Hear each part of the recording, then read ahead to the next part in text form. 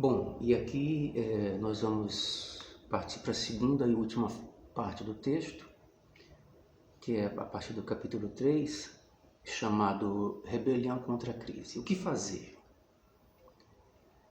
Como eu já falei antes, não se trata de um manual, mas um conjunto de propostas a serem desenvolvidas ou não pelos sujeitos em crise, que somos nós, no sentido de reconstruir uma subjetividade como potência.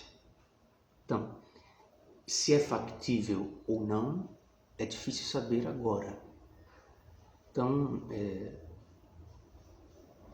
a primeira coisa, o processo de subjetivação começa com uma recusa.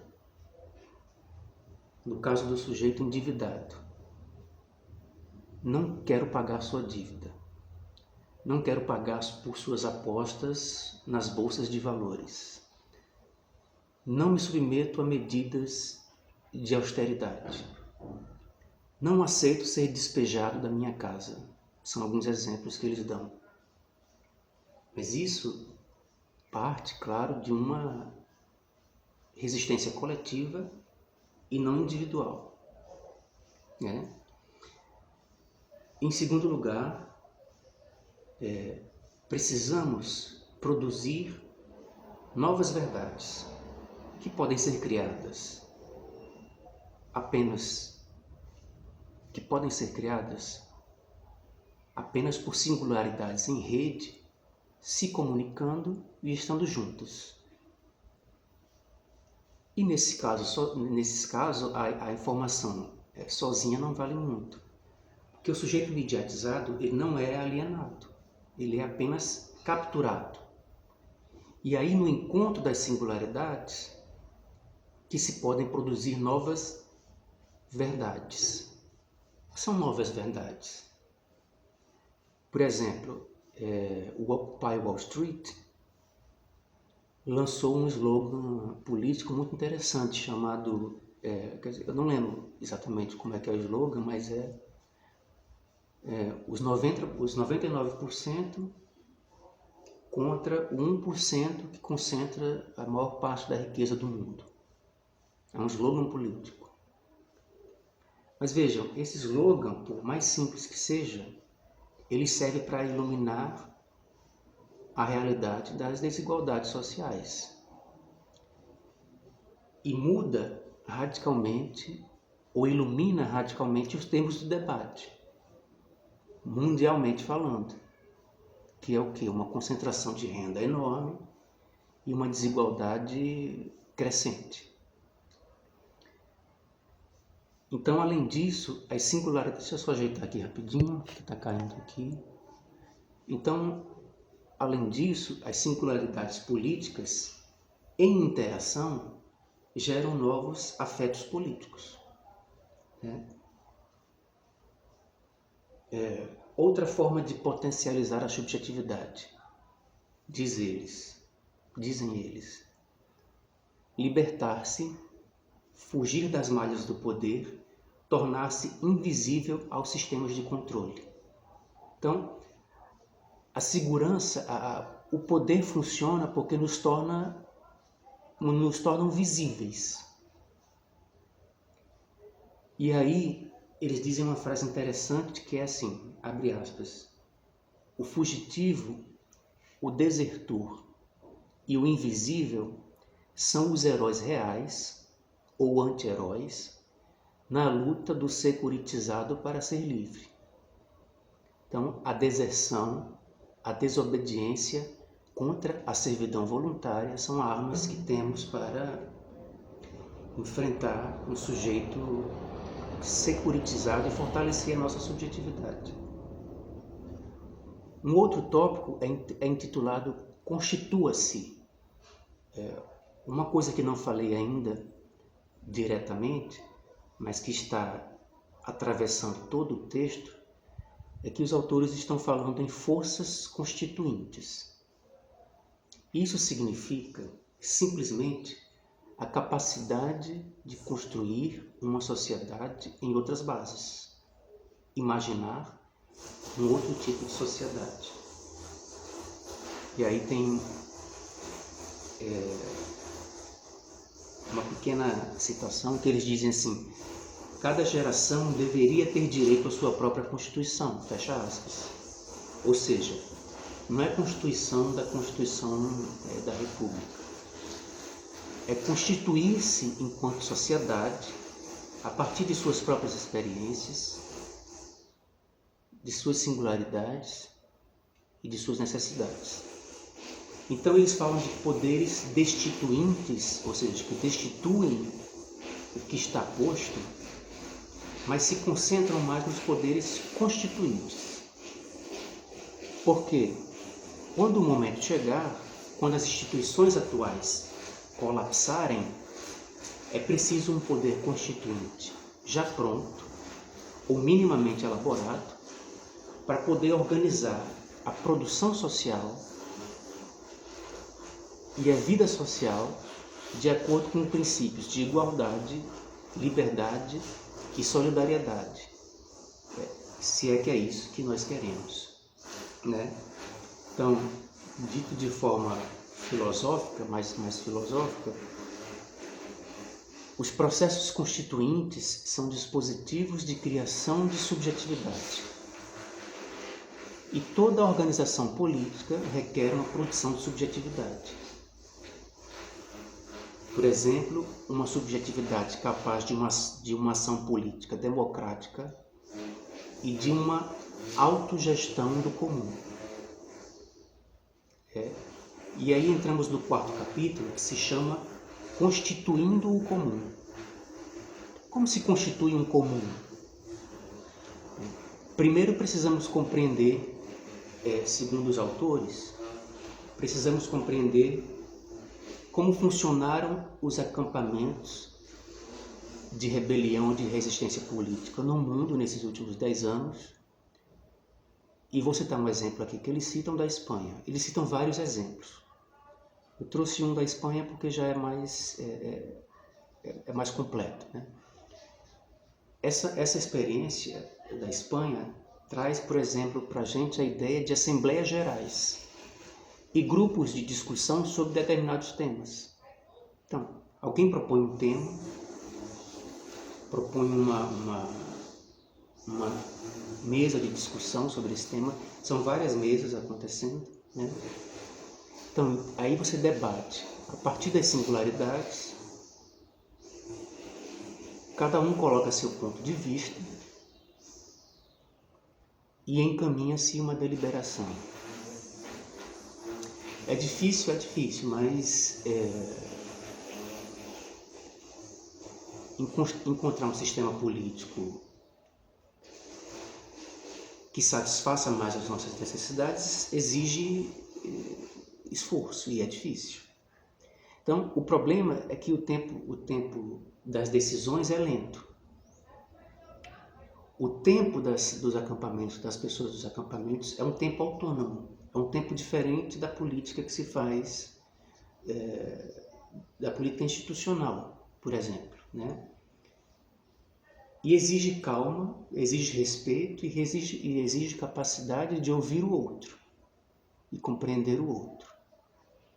Portanto, é um tempo, como eu já falei, autônomo em relação à política tradicional, é uma temporalidade mais lenta, mas que deixa embriões de organização e decisão para a gente estudar agora e no futuro, né? Mas aí entra uma questão. Os processos constituintes, justamente por serem lentos, devem ser acompanhados de diversos contrapoderes. E esses contrapoderes são responsáveis por agir imediatamente, enquanto os poderes constituintes vão lá constituindo as suas agendas. Então, por exemplo, em relação aos perigos socioambientais, poluição dos rios e mares, em relação à floresta amazônica, das queimadas na floresta amazônica, em relação às contaminações de água, em relação às desigualdades sociais.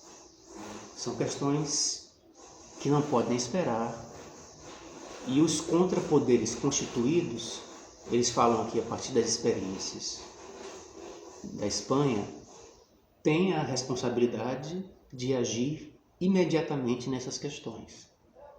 Então, as batalhas, por exemplo, contra a privatização da água são fundamentais e não pode deixar para depois. Porque tudo isso, a água, a floresta amazônica, a comunicação, dizem respeito a um bem comum que deve ser preservado. E veja bem, não significa deixar isso para o poder público ou para o Estado. O agir comum e o poder público são coisas diferentes. A autogestão do comum e poder público são diferentes, segundo os autores. Uma outra questão fundamental é da comunicação, porque tem relação direta com o conhecimento. Conhecimento forjado na comunicação é um bem comum. Eles tratam como bem comum, principalmente na era do capitalismo cognitivo. Então veja, por exemplo, a contradição que Lazzaratto coloca para a gente no seu livro sobre o trabalho cognitivo. As massas de trabalhadores cognitivos estão sendo formadas fora das empresas a partir de suas demissões.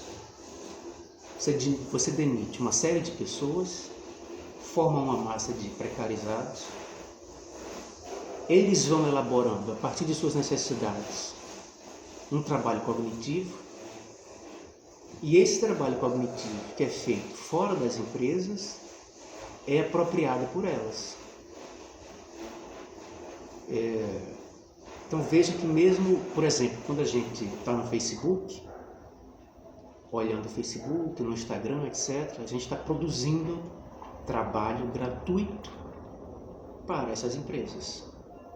A gente está dando o nosso tempo de trabalho, nossa força de trabalho gratuita, para que eles possam aprimorar os seus mecanismos de vigilância e de capitalização de dinheiro.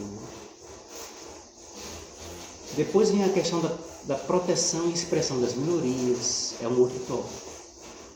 Em seguida, a ideia de uma ontologia plural da política.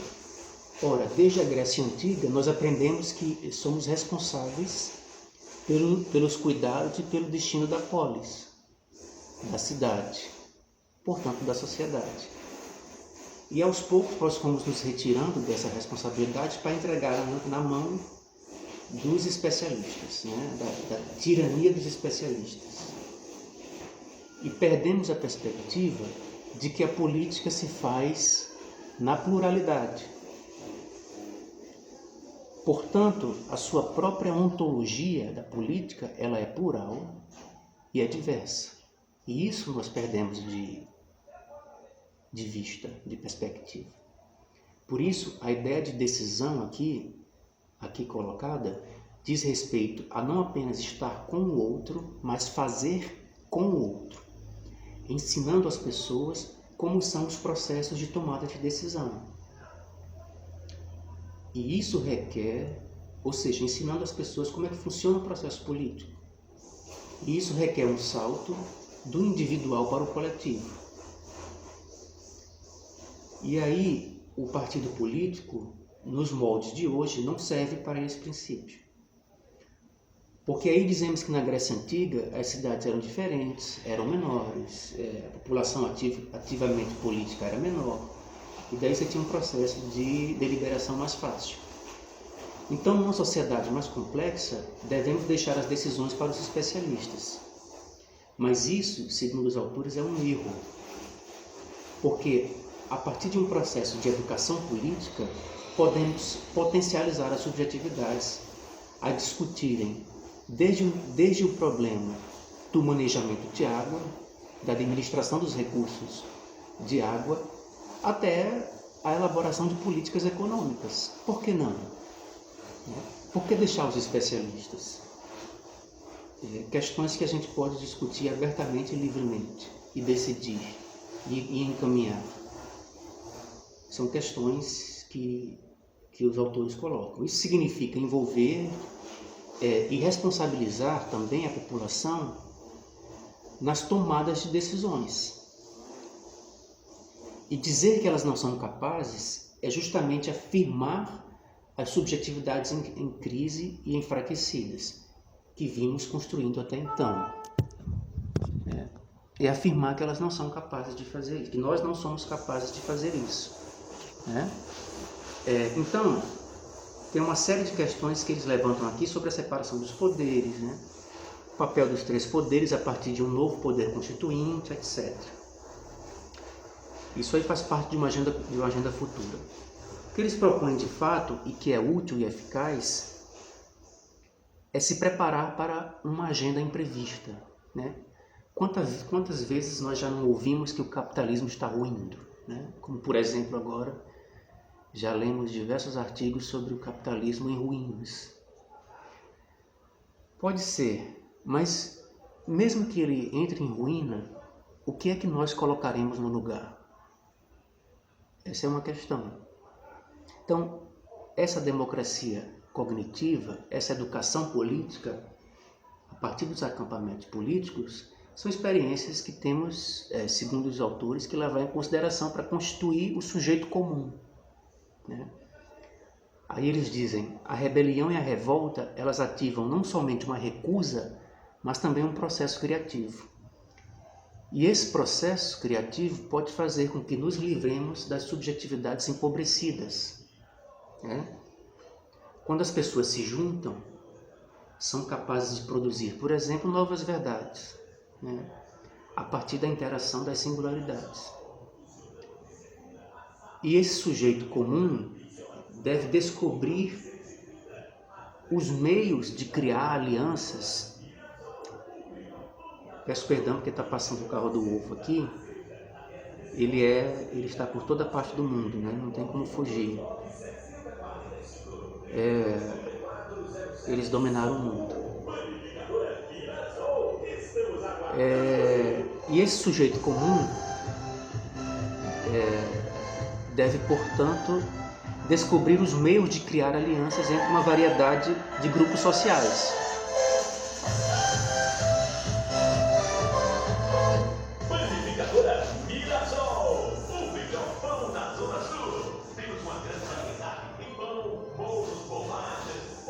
E quais seriam esses grupos sociais? Estudantes, desempregados, trabalhadores, etc. E produzir imaginação. Esse é um processo importante. Produzir imaginação. Achar que o movimento, só por não ter uma liderança, por ser uma liderança horizontal, e não ter uma pauta já formulada, achar que isso é pura anarquia, segundo os autores, já é uma terrível falta de imaginação. De imaginar, por exemplo, uma outra forma de fazer política, que é possível uma outra forma de fazer política. Então, os movimentos políticos na Espanha, nos Estados Unidos, etc., foram altamente organizados.